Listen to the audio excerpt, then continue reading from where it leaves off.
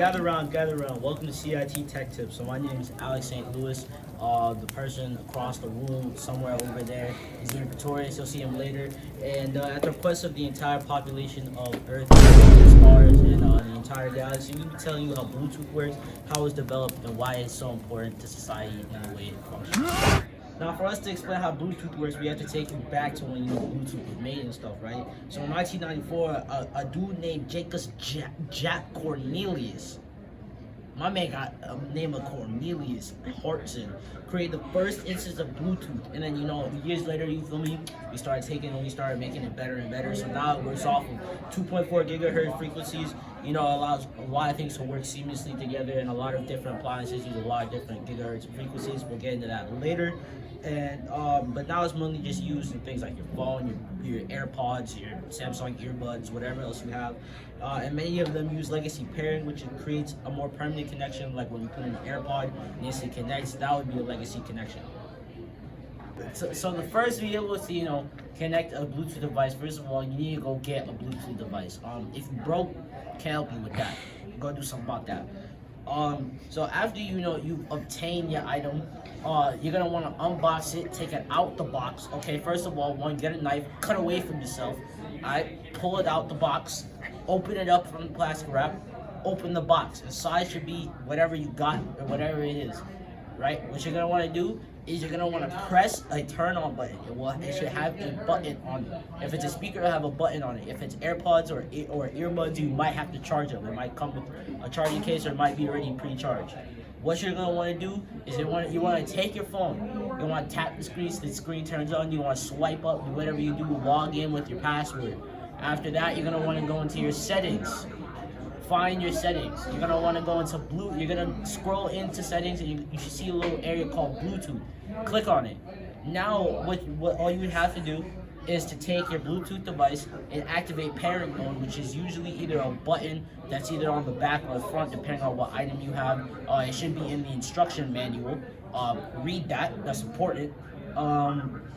And as soon as you learn how to start pairing, you want to turn it on, you want to turn Bluetooth on in your device, and your device should be able to pick up whatever device you're trying to use with Bluetooth. You're going to want to click on it when it prompts up, and then boom, that's how you connected your Bluetooth device. Now, there are many different classes of Bluetooth devices. Class 1 Bluetooth devices would be stuff that would be used for industrial applications and machines that they have a 100-meter range. Class 2 Bluetooth devices would be AirPods, Samsung earbuds, wireless headphones, etc., which have a 10-meter range. Class 3 Bluetooth devices have a 1-meter range and are only really used for commercial purposes. Class 4 is a low-power mode option and has only half the range of Class 3 at 0.5 meters of range. Now, Bluetooth is on currently version 4.0 and has two versions: Classic Bluetooth and Low Energy Bluetooth.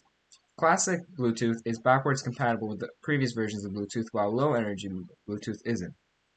Some potential security risks that are part of Bluetooth are stuff like denial of service attacks, which block calls, drain your battery, and crash your device.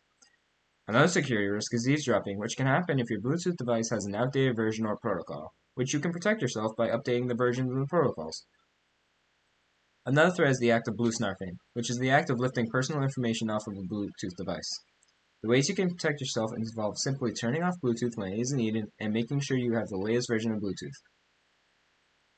And you also can protect yourself by banning the following Bluetooth versions: 1.x, 2.0, and 4.LE.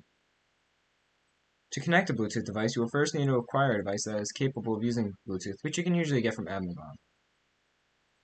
After you have one, you will first need to determine the name that will be broadcasted to the device you want to connect to.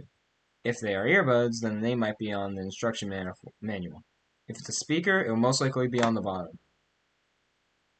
or maybe even an instruction manual. After you locate the name, you will need to put the device into pairing mode, which for speakers usually have a specified button, but earbuds you might need to insert a certain input by either double tapping the earbuds or holding them on the side. After they are in pairing mode, you will need to open your phone settings and locate the Bluetooth selection. Then tap on the device's name to connect it to the device, and after that, enjoy.